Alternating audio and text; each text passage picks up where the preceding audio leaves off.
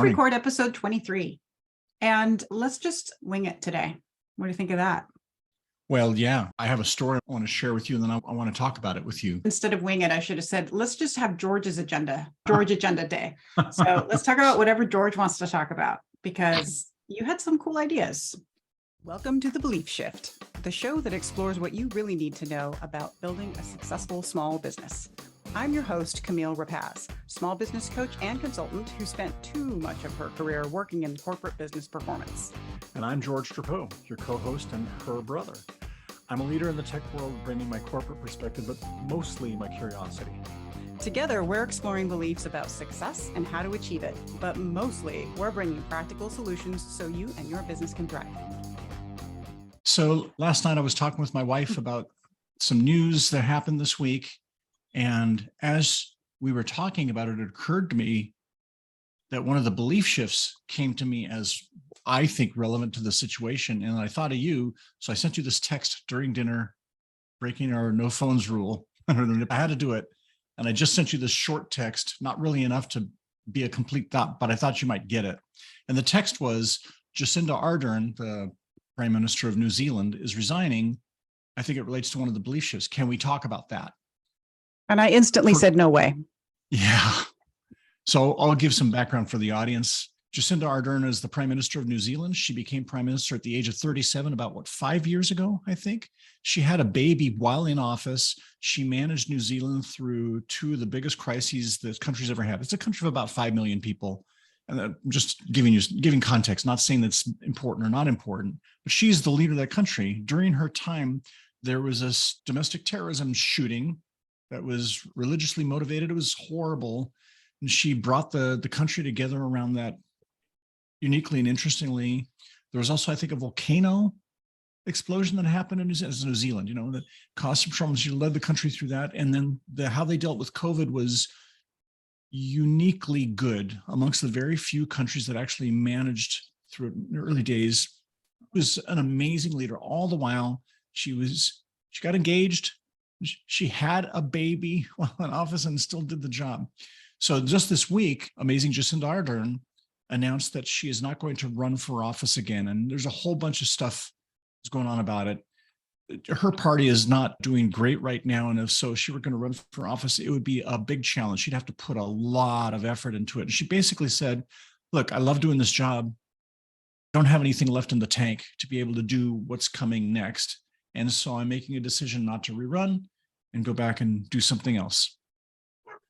The BBC apparently wrote an article about that, and the headline was something about Ardern resigns or decides not to rerun. So women can't have it all, something like that, basically. There was a lot of backlash to that article, and the BBC then apologized for writing it that way, and I think reprinted the article. That's the background. When I first read the story, I thought, once again, she's amazing, and I'm happy to say why. But then we talked about this article, and I just thought the BBC got it wrong. My wife had a different thought about it that I also agree with. So how do you want to do this? Do you want to tell me what you thought when you heard the story? Yes, that's what I want to hear first. So before I jump in with my own, because you made me go look, and I had heard about it, but then I went and dug into some of the different articles and how they were couching this whole thing, because they all, of course, can't do it without an opinion, even if they're not supposed to have an opinion. It wasn't an opinion article, but it sure sounded like that. But talk to me about what was the belief shifts that popped in your head as you were thinking about this?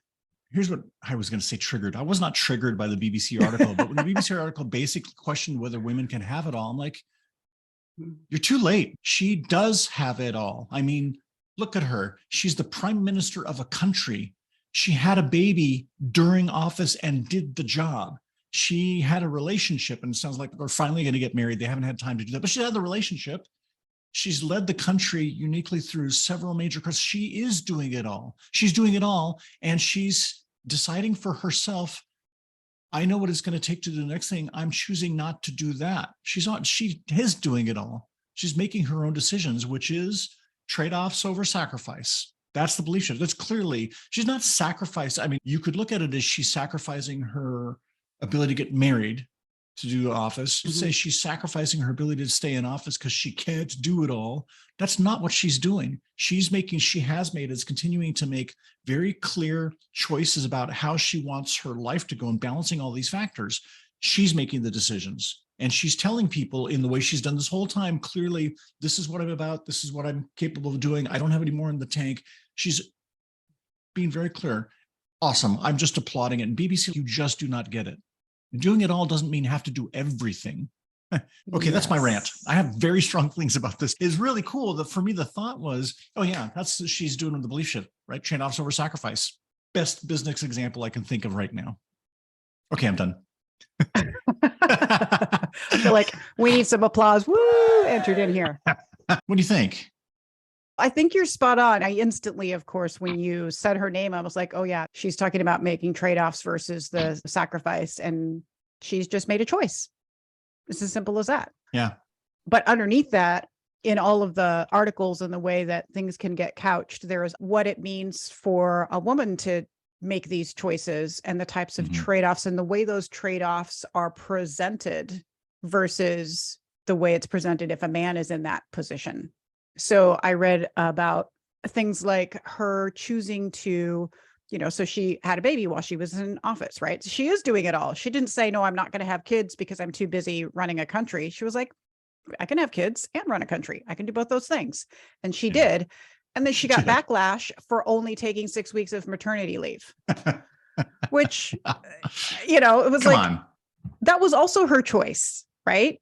That was also her Yeah. choice to do that. And yet we criticized her because she chose the country and her duty. This is what they're perceiving, right? I'm not saying Mhm. she did this, but they perceive it as, oh, you chose that over your child. How dare you? I challenge anybody to find an example where that same question or that same criticism was given to a man who chose to maybe only take 6 weeks of paternity leave from a position. Yeah. That never happens. No. So she's got a completely different standard by which she has to live up to. When I think about her saying she's burnt out, I think about how, yeah, she made these choices to do all the things and she could do it, but what she had to do to make it work, dealing with that level of misogyny and the criticism and even the threats that she got later, and Yeah. just the extra layer. I think all politicians have this layer of criticism they have to deal with. I think she has an extra layer because she's a woman doing it, Mhm. and probably also a young woman doing it. If she had been Yes. post, I already have kids and have a family, those things wouldn't enter into it. But even then, she'd still have a layer of being a woman. That means that the level of effort she has to put into this work, I think, is much greater. The stress component, the tension, the balancing act she has to constantly navigate is a level up for her versus a man in that same position. So it makes Yeah. sense to me that she's burnt out. Like, whew, that was a Actually- lot to take on. To be clear about this, the issue is she's not rerunning. She's already currently managing through the current situation. Burnt out or not, she's doing it. She's looking ahead and thinking, okay, I'm going to have to do all this and this much more to keep the party in power. That's what's stopping her. Right? Not even necessarily Yes. burnt out, like I can't do this anymore. She's saying Right. I can't do this plus what the party needs from me to rerun. There was a statement she made where she said, I know that there are others who can do this better than me now. She is doing that forward looking of, you know what, the best thing for me to do is I think there's some people who can now come into this because they're going to come in with fresh energy and, new whatever the party needs.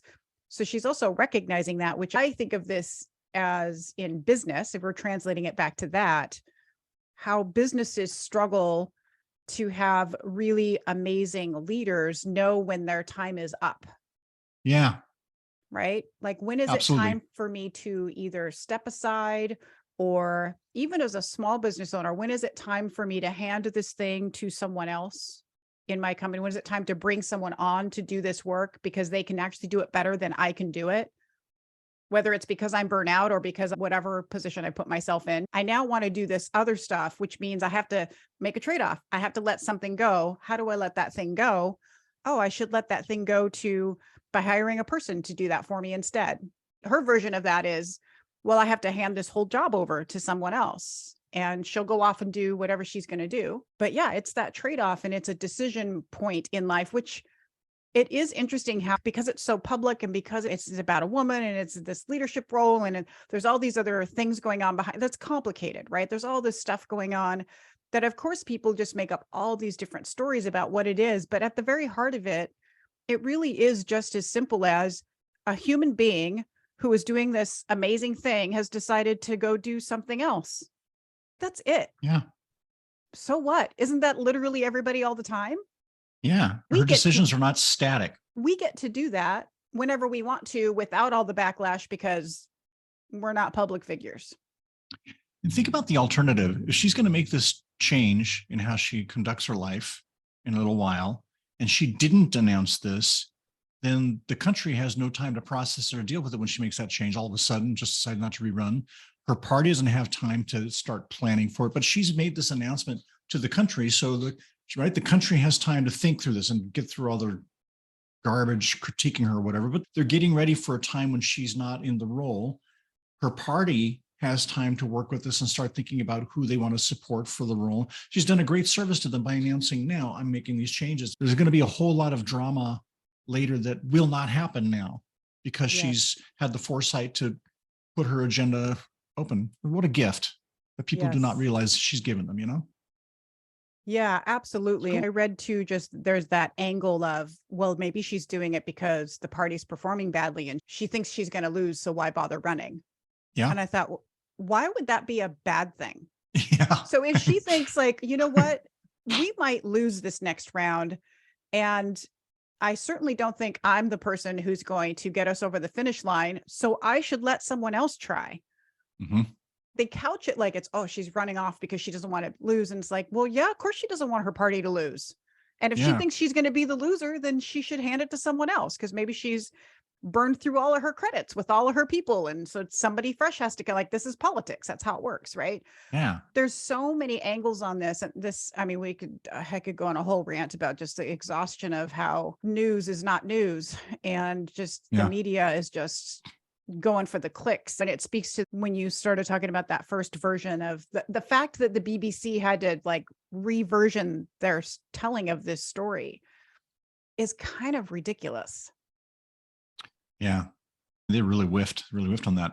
I just thought this is a great real world example. Neither small business nor big business, but government, but still the belief shifts applying. I mean, really applying and seeing somebody take control of it. It was wonderful. Yeah. And, you know, we talked about when we first came up with these, how they're not really specific to small business or business. Most of them are just kind of life in how we move through life. Because I think the other one that I think of in this example with her is planning it over winging it. So your whole point about like, she's being thoughtful about her decision. That was my second one. I'm doing great at this class. I'm acing this belief shift class. You are getting an A+ on the belief shifts. So why do you say the planning over winging it is pleasant? Yeah, because as you talked about how she's being thoughtful and letting her party have time to prepare by letting them know this is what is going to happen, as opposed to having it be some last minute decision or even preparing the country for it. Just to be clear, you don't think she woke up one morning kind of grouchy and called her press secretary and say, I read your press conference today. Get it ready in 45 minutes. I want to talk. Where's my coffee? Just word salad. You don't think that's what happened? I highly doubt it. She does not seem like the type. She doesn't. But even in terms of, even if she was fully planning it, she could have planned it in a way that forced other people to have to wing it because she delayed telling them, or, you know, there's also a level of, have I sort of trapped somebody into a position of, oh, thanks, but you didn't give us much time to really plan for what we're going to do with this. So she's planning at that level of depth, which I think is, we haven't really talked about this, but when you are doing a good plan, because there's such a thing as writing a bad plan, and a bad plan would have been her being like, don't tell anybody. My plan is to not tell anybody until the end, or until I see how such and such plays out. Or she could have completely just navigated this in a very selfish way. Yeah. And she hasn't, at least way things have been playing out. It doesn't appear she's at all. It appears not.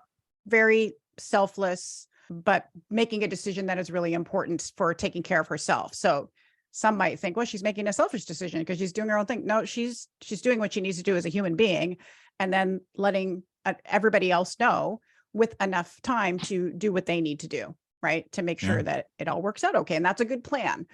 And making a good plan does mean thinking about all the other people that are going to be impacted by what you're going to do, and also setting them up for success, Yeah. right? So if I'm going to write a really thoughtful plan about how I want my team to go about executing on something, I'm going to tell them about the work as far in advance as I can. I'm going to be clear about when they need to do what and how I want them to do it. Like, I'm going to give as much clarity in that plan as I can so that they can be successful, as opposed to showing up just randomly one day and saying, hey, I need you to do these 5 things today because it's in my plan that I haven't showed you until, or never. I never showed you. Right. Yeah. So that's not a good plan. Like, I'm making you wing it by just dropping it on you. So I definitely thought about that. I was like, oh, she's being very planful about this, very thoughtful about how she's going about this transition and her decision to communicate this. And yeah, it's just really interesting to see that show up. And so I do think most of this is, kind of life skills that we're talking about, and how you take those. And the reason I think they come up for me as belief shifts when we talk about small business is, for some reason, I find a lot of business owners sometimes forget to do some of these really logical things inside their business. I don't know what happens to our brains, but we somehow, like, we get into our business and we start getting in sort of this frantic mode, and we forget, oh yeah, I do that over there. Why am I not doing it in here? Mm. That's not all. I mean, some business owners just never are really good at planning things. So that is a new thing for them to do in their business. But some of them, they're like, I actually am pretty good when it comes to this other thing in my life. And I do a pretty good job planning it. I wonder why I don't do that in my business. And it's just, Yeah. how you have stuff in your life, like, I'm really good at it with that, but I'm not good at it over here. Yep. Absolutely. We're just kind of inconsistent by nature as humans, right? Yeah. I'm glad you brought that up. Maybe this starts a new little segment for the podcast, which is belief shifts out in the wild. Yeah. Whenever you spot them. What's happening in George's world? Let's do a small business versus big business problem challenge. So I just traveled for business this last week. I was in 2.5 days of pretty intensive meetings with a group of 6 others. What happened was, a couple of months ago, our boss, our vice president, resigned, left the company, went to another company. And it turns out that we were more of a mess than we were led to believe. For example, once this guy was gone, one of us was chosen to be interim lead of the group. It wasn't me, it was another peer. She's doing a great job. She's really good, very calm, very smart, good thinker. So it's a good choice to be the interim. And she was interacting with our senior vice president, who I also think is very smart and a good listener. But that SVP was kind of relating back, like, here's what I think your organization is about. And she was getting a lot of it wrong. Like, just to be clear, we're in an organization of maybe 700 people. We are a subgroup of about 110 people, something like that, around 100 people. And our SVP got significant things wrong about who we are and what we do and what we offer as an organization, which is bad. She just hasn't had time to turn her attention on us in this year-long reorganization she's been part of for the company. She's had so many things to do in her role, which is a whole other story. We are not the big problem child. And she's had this VP who's both kind of handled things and also withheld information from her, as it turns out, that she hasn't had an accurate picture of who we are. So now she's looking at us. She's like, I'm not sure your organization makes sense as an organization. You need to explain to me what's going on. She said it much nicer than that, but really that's what's going on. So we've been having these conversations to close out the year, great holiday conversations. Yay. Do we need to be together? Do we need to split up? What do we need to do? I guess the good news is that we seem to have the control of that agenda. We get to decide or make a proposal about, do we need to be together or not? We're under travel budget restrictions. So we thought long and hard about whether we should actually meet in person versus over, video conference. And we decided we need to spend the money on this. We need to meet, and it was money well spent. We met for 2.5 days to talk about things like, what's our core mission? What do we do? What's the work that we do? What value should anybody see from us? I mean, pretty basic questions, and try to see how far we could get. We had done an exercise like this with the VP who quit back in April. similar length of time, 2.5 days. I tell you, Camille, I'm good at this. I do this all the time, big enterprise, big multi-day meetings like you're about to do for one of your clients, and they can get tiring, but I've got good stamina. In April, when we did this, my brain was fried after day one because it was just so overly packed with agenda from this guy. And there wasn't enough follow through. The way he expressed concepts was too abstract for me to absorb. I couldn't do it. And so I find that tiring when you can't fully understand what's going on. You're trying to keep up. I was fatigued and I told the group, like, I'm checked out. I'm sorry. I would like to keep participating, but I can't right now. I'm going to have to hang here as a passenger and regroup. This exercise this last week went much better. And I can tell you some of the things that made it different. We didn't scope creep. We didn't do too much. We had two main conceptual things we want to handle. And that was, figure out what are our goals in the work to do and figure out a couple of services that we offer, two main services that we think we offer, and try to articulate them to make them actionable, not just fluff. And then we had a couple of other things to do, like we have to get ready for a quarterly business review to report out. It's promotion season. We're talking about a very, very small number of people for talent retention rewards, a couple of things like that take time, but they weren't the main agenda. Last April, we had just done the conceptual stuff that didn't really get us anywhere. So we had a good mix of stand back and think conceptually what's going on and realize that it always takes longer than you think, even if you structure it well, it always does. And also we rewarded ourselves by taking care of some of the mechanical things that we had to get done, like this week. We made time for that. The conceptual stuff didn't push that out of the way. So actually got stuff done. We all left, got on our planes thinking, oh, this is tiring, but really, really good work. And I think we have a pretty clear idea about what we offer. Not all of it, but some of it. What we didn't get to was goals, which is the next step, and then organizational design. Like once we know what's our mission, what services do we offer, what are our goals, what are the roles that we need to produce those goals. We didn't do that part yet. That's still hard work to come, but it was good. Wow, it sounds like you basically started the work of a business plan just for your slice of the business, right? Yeah. What's our mission? What's our vision?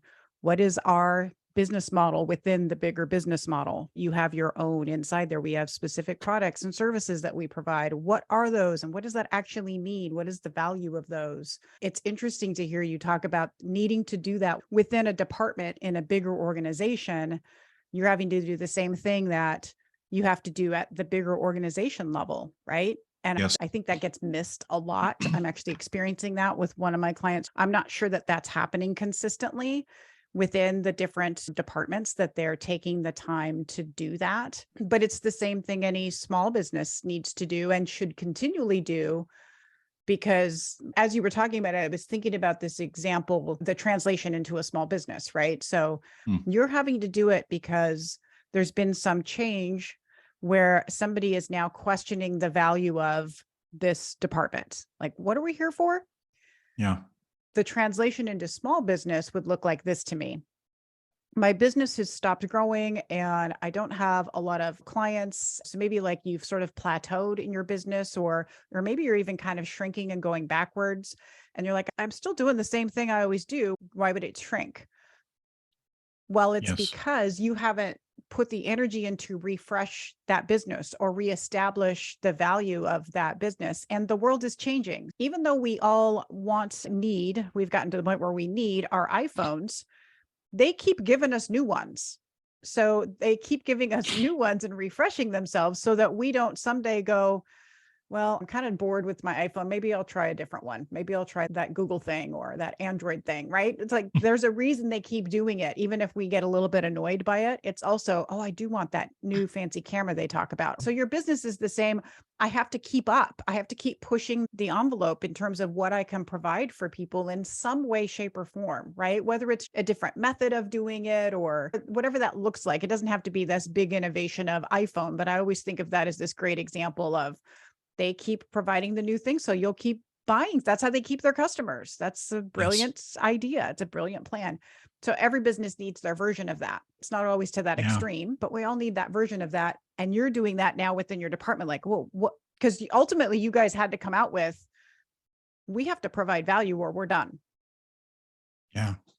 I have to internally provide value to our internal customers, which means ultimately providing value to our external customers in a way that internally they see, yes, absolutely, we need this. That's the connection you have to make. This is what we do and why our customers care. And so therefore, that's why you guys, bosses internally, should care. You reminded me of something else as well. The guy who ran the organization had been at the company for a long time, is well connected, and people kind of thought of our organization as his organization. It was a personality cult in essence. And I'm not making a judgment about that, but when he left, things changed because of his connections. There's a lot of stuff that we don't have to justify, because they say the other stakeholders would say, oh yeah, we trust that guy. I'm sure he's doing a good job of doing whatever they do. I think about a small restaurant in town that has a longstanding clientele. They've been there long enough to develop strong relationships with their clientele. They don't have to justify a lot of stuff to their clientele because they trust them. But if the clientele goes away, or if they move to a new location, they don't have that anymore. They have to justify why they're good and worth going to as a business anymore. And that's what's happened to us.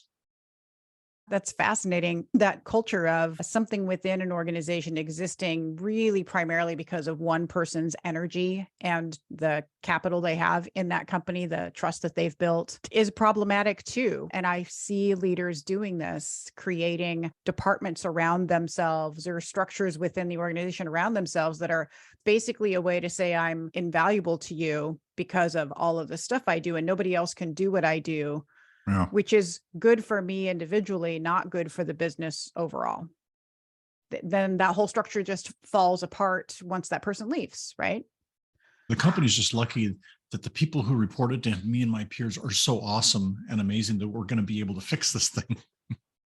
Well, and that's one way that you actually mitigate that risk, right? Is you hire the right people who you know share your same vision and can carry it forward. Even if it's rough, you're having to go through this rough transition, you have the right people who can carry that forward in the best way possible. Like that's what you're supposed to do, right? You're supposed to have good succession planning and people who are going to pick this stuff up.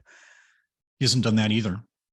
No Yeah, succession plan. It just goes back to what you're saying earlier. He put together the organization that suited him. He sort of accreted different departments and added us. And I think we lucked out. I respect my peers. They're great. And we worked together well. So we're able to get through this despite him, really. We are not going to come out with the organization that he wanted. We're not. Yeah. We think he was wrong about some things. Yeah. Leaders really struggle with succession planning. It makes some sense if you think about it. Like, why would I want to think about the end of my time here and handing it to someone else? Wow. Or why would I put my energy into that, especially if either my focus is I'm going to stay in this job forever, right? Maybe that's what you're thinking. Like, I don't want to go anywhere else. Or I'm putting all my energy into just getting my next move up. Yeah. It's not my problem how they fill my seat. My only problem Yeah. is how I get to the next thing. How selfish. I'm smiling because at home, we have a succession plan for our son. What happens if something happens to us as parents? There's a lot of reasons you want to do it. You should do it at a bare minimum. Do it for your kids, for heaven's sake. Yeah. But you should do it within your company. So small business owners, their version of this is, what is my long-term, like, what am I doing with this company when I'm done? Am I selling it? Am I giving it to my employees? Am I just done when I'm done? Any of those are good choices. But what are you choosing to do? Because I do have business owners who are like, I want to sell it in 5 years, but they're not setting themselves up. They're not setting the business up to be optimally sellable.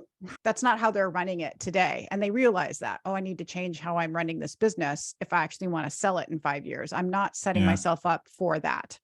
Or if I want to, my plan is to hire somebody who wants to take over the business eventually. There's very deliberate decisions you make, and that would shift that long-term view, going back to the planning perspective, right? That long-term view then affects the goals you should have this year. Yeah. Right. And what you're going to focus on. I wanted to talk about being uncomfortable as we do this. Another thing that happened, I'll get your take on this. We're in this process of kind of starting from whole cloth and figuring out, what do we think we provide? What's being asked of us? What did our SVP ask us to do? Let's pay attention to that. And how do we optimize for that? And there was a period of time where we don't know if we're going to survive as a group. Some of us may have to move out, do other things. And so there's this tension about that was sitting with all of us. But I thought we did well. It was important for us to be able to accept that tension and be able to live with it in order to do the planning, knowing full well that we're going to make decisions that may affect us. That is not easy to do. I could see individual suggestions that would come up that sound like, oh, this is a job preservation suggestion, really. This is not really a what's the benefit of the org suggestion. My peers are all good. So they would offer a suggestion. Some of us would say, like, really? I don't know if that really works, and they'd back off and they'd be okay, but put them back in a tense place. So, I mean, what do you have to say about if you're doing kind of goal setting or planning, but your decisions might be scary decisions, and how do you be brave enough to keep doing it? I know exactly what you mean, because it gets back to something theme we haven't talked about for a while, but I think we've mentioned early on in the podcast, and I talk with my clients about all the time, which is there's what you want versus what the business needs. Yeah. And they do not always match up. And that's what you're talking about, is what the business needs us to do isn't necessarily what we might want to do. Because what I want to do is keep my job and keep doing all these things and have my colleagues in my team. And maybe I even want to do some new stuff, but I want to create a job for myself that I love, or keep the job that I love now. But that might not be what the organization actually needs from us in order for the company to perform optimally. And that's the tension that I think all teams are up against whenever they have to go into any of this strategic planning and goal setting kind of process, is how do I take my personal needs out of this and really think about what's best for the company first as individuals? Then we have a responsibility to ourselves to say, okay, now how do I fit into that? And is this actually what I want? And we're not really great about doing that. We want the job to adjust to fit us, right? That sounds great. But if you think about it, it doesn't make any sense. Like if all I did was build a company that I just created a bunch of jobs that made all of these people optimally happy in doing the work they wanted to do, that would not be a well-functioning system. And a business is a system, right? All the little cogs in that system have to all work together. Yeah. I would basically have just all these little independent fiefdoms trying to do their own thing. Maybe some of them would align and collaborate and kind of work together. But ultimately, if I don't design the system first and then fit the pieces into it, then that business as a system isn't going to do very well. So the best ones will design what is optimal for the business and then find the right people, the people who do want to do that, to fit into those roles. I was even thinking about this related to, right now there's a lot of announcements of tech layoffs, and there's a all sorts of reasons for that to happen. And I think if we simplify it to any one thing, we're doing a disservice to how layoffs happen, because companies don't really want to do them. No, but they do them for lots of different reasons. And one of them is, at some point, you've probably hired some people in your company that don't quite fit in the system or where the business is going. And you need to make a change, right? You need to make some adjustments. And the best way to do is kind of like maybe clear the decks a little bit and then do some rebuilding. And so as much as we want to believe, and as much as companies want us to feel like, so one of my, I guess, red flags going into work for a business is if they're like, oh, we're like family here. I don't want to work for that company, because that's fake. For one, no business should run like a family does. That's not how it works. Like a business is business, right? I would like it to be collegial. I would like it to have shared values with that business, all of those kinds of things, but I don't want you to be family. Have we talked about the Netflix manifesto and what they say about that? Yeah, you mentioned this once before. Say more. A long time ago, Netflix put together this manifesto about their philosophy about hiring people and managing people and how the organization works. And they talk about that explicitly as well. And they say, also, we don't believe in the analogy of we're like a family. Our analogy is we're more like a professional sports team. We hire the best talent and we treat you well, but not everybody belongs. Think about that. People get traded away or fired, clear-minded. Yes. I think that's a much better analogy, is you are more like a sports team. And so you see sports teams changing their players all the time. For some reason, we get really upset when companies do this. We're like, oh, they're so heartless. No, they're just trying to do what the business is supposed to do, which is make money. Some of them go about that in a very heartless manner, a la Elon Musk. And he's not the only one. Like you hear this all the time where they're like, oh, people got laid off and they did it in this horrible way. Like I saw somebody had posted on Twitter recently, my husband just got laid off from Google after being there for 15 years. You think they would have done more than just send him an email? You think it would have been a conversation? I kind of agree with that. Like, yeah, could your boss have not had a conversation with you? Even Yeah. if you've been there for 2 minutes, I think it should be a conversation, right? But Yes. when they're doing mass layoffs, they do emails because it's efficient. At the end of the day, they're kind of like, I don't need to maintain this relationship either. So why would I be nice about it? I mean, that My- sounds not- heartless, but My speculation about why people like to say it's like a family is because that necessarily has the connotation of compassion in it. Of course, you treat your family mostly with compassion. Forget the family depending. discord. But I think the sports team analogy is also good because a good sports team, you only work really well if you build up team camaraderie and if you have bonding. Those qualities exist in a sports team, but without the permanence of family, it allows you to make changes. And there is so much about team that is so valuable. It doesn't have to be a family to be Yeah. an incredible collegial community feeling of that connectiveness that we want when we say family. I think you can get that from just being a really solid and high performing team. If you pursue that, Yeah. there's so much goodness in there. And there's so much more too, when I'm thinking about a business and a team and that sports analogy. There's so many other things in the sports analogy that really play out in business. I was thinking about this the other day, and the idea that I don't see enough, and especially in small businesses, I don't see enough huddles. So people aren't huddling at a planned moment in their business. If you're a small business owner and you have just like 3 team members, you're probably like, well, we don't need to meet all the time. You don't need to have big meetings that take up a bunch of people's time. That'd be wasteful. But what you should be doing is a regular huddle, at least on a weekly basis, if not on a daily basis, depending on how your business operates, to just make sure you're constantly doing this check. Are we all rowing in the same direction? Okay, we are. Great. Everybody go, right? And just doing that on a regular basis. Because otherwise it's like, imagine if, in sports, if it's football, and what if the team never huddled and they were just like, well, I guess we're running X play. And then everybody goes off and does whatever they think the next play is. That's what you're letting your business do if you don't meet with your team. Like everybody's showing up and they're running a play. They think it's the right one. And some days it is. And some days you guys are all running the wrong plays. Or we're all running different plays and we were supposed to be running this one play. I think of that analogy a lot because when I start talking about the issues that they have, so many times I think, wow, that could have been solved if you just had a simple 10-minute huddle. 10 minutes, people, not an hour, but 10-minute huddle that was just targeting what is important today and what's everybody doing. You would have caught that thing that somebody was about to do that you didn't want them to do that day. And then later you were like, shoot, they did. And I didn't want that. And it's messed up this whole other plan. It always has all these repercussions, right?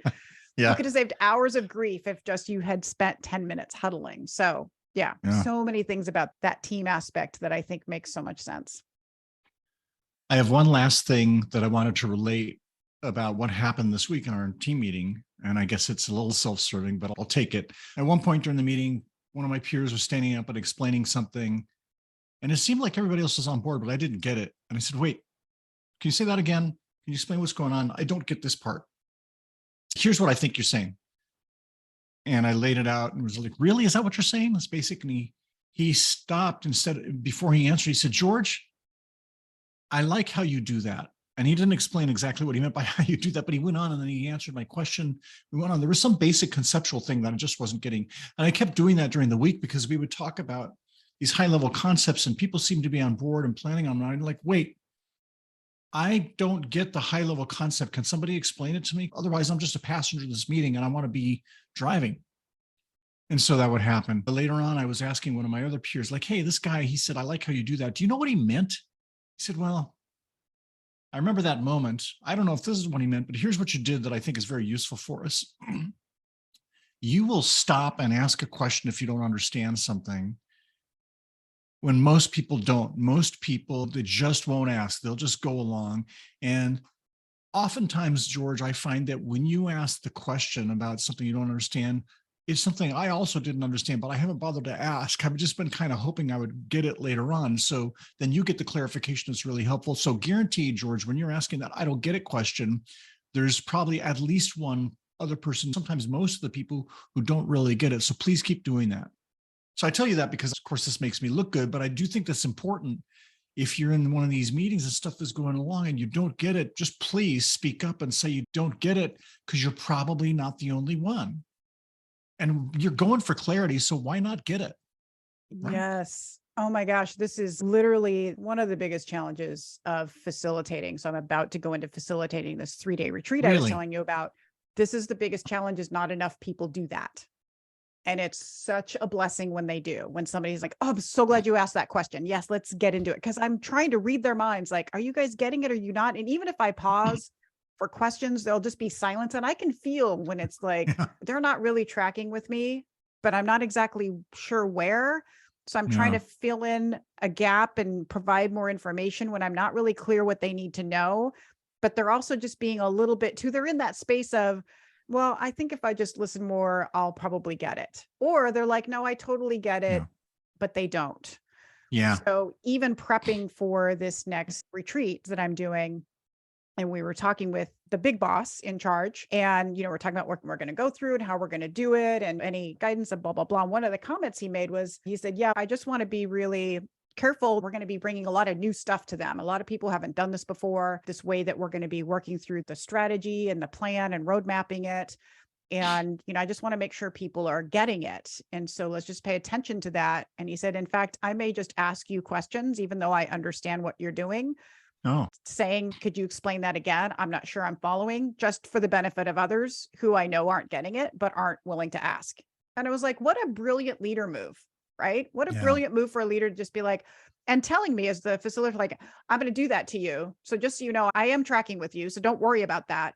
But I'm going to ask you just for the benefit of others so that you can walk through a particular topic, because he knows them better. It's his leaders, it's his team.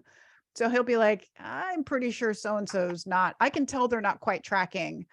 And I did it's say to awesome. him, my biggest worry is the ones who think they do know. And so they're not really listening. And he got a smile on his face, like he knew exactly what I was talking about. And he's like, yep, those will be the tricky ones, because there's always somebody. So how are you going to deal with that? Yeah, those are harder, because usually what happens is you kind of bring them along through the force of everyone else. So there's usually just a couple singled out. And if you just keep moving the group in this direction, they will start to call out a few questions here and there that are kind of challenging what you're saying. This has happened a few times where they'll try to call you out as either being a hypocrite. Well, you said this here, but now you're saying that over there. And they're trying to make it sound like these things are in conflict. And so I have to explain, no, those aren't in conflict, because they're like, want to make it very black and white, which I've said before is like completely one of my most annoying things that people try and do. Nothing about this process is black and white, right? So usually what I'll do is I'll be, oh, great question. And I'll open it to the group. And when the team starts to answer him or her, whoever's, going in that direction, they start to soften to it a little more than if it's the person in the front of the room. Because I think there's something in there also about of authority trying to tell them, that they're wrong. That doesn't go well. Yeah. They're going to be more Yeah. resistant. The more I use data to back myself up, the more resistant that person will become. And so I usually try to leverage the team to bring them around, because they also know that person better. So they'll be like, oh yeah, so hey, so-and-so, this makes me think of that example you and I were talking about the other day. And somebody else will do a lovely job of bringing them through it. So that's usually the best way. It doesn't always work out to somebody steps up and has a good example. But if I can see that that person is resisting in that way, almost every other person in the room can see it too. And I count on that. Like, they're all smart see. people. They can see that person's being this weird resistor, and they'll help me. They'll help me bring them through. So that's Oh, usually what I try and do. That's cool. I like that. It was fun. It made me think about the bigger picture too, as you were telling the story of what you guys are doing. And I was thinking about, oh yeah, this is also tied to when I talk about what it takes just for a high performance business, and those 3 elements of clarity, systems, and mindset. And you guys had to go right back to clarity. Like, we got to get clarity. We got to start with that. Your next move is, now we got to figure out the goals so that we can have systems to actually execute on the stuff that we say we're so valuable for. Now we have to actually deliver the value. But it all starts with getting that clarity. Hearing that you guys valued the time in person together. I do think clarity is one of those places where doing it in person is worth it. I think so too. We all agreed. We checkpointed on that and agreed this was important enough that even though it's money we're taking away from other stuff, we're going to do it quarterly, at least right now, until we get Yeah. clear. And actually, I can't believe I didn't think of this. You mentioned clarity. Clarity was one of the top level things that our SVP was asking for, like driving principles, like clarity. Which is good. That is actually what every leader should be asking for, is clarity. And then their job should be, is that all lining up? Yeah. Again, back to the, if you guys came up with something and it didn't actually dock in with the whole system of the business well, then their job would be like, let me come and coach you guys on why that's not going to work. And you go back to the Yes. drawing table, right? Yes. All right. This was fun. I like the George topics. We're going to have to do That was more George, just George. This is really cool. I had fun talking about it too. Both of the topics we talked about are fresh from this week. I like that too. Yeah, it's good. And I do think, even though, you were coming at it from a big business perspective, again, so much of this stuff, I think just business is business. Every business needs to go reflect back on that clarity component of their business, revisit the mission and the vision statement, revisit what does it Yes. mean to provide value to my clients and my customers. And I think that's just important work we should all be doing. And small business has the challenge of trying to do it before you're becoming irrelevant to your client base, right? Yeah. You need to Yeah. do that before people start to question whether they should even buy from you, which is why we make it a repeatable process, like doing it all the time. Some years you'll see big change to be had, and some years you'll just be like, I think we're okay. But if you don't do that reflection, that word keeps coming up for us, right? If you don't do that Yeah. reflection, then you could miss it. And then bad things happen. Bad Chaos things happen. ensues.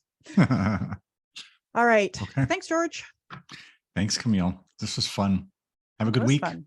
Yeah, you too. We'll talk to you next week, and we'll be back in everybody's ears next week as well. See everybody. Bye.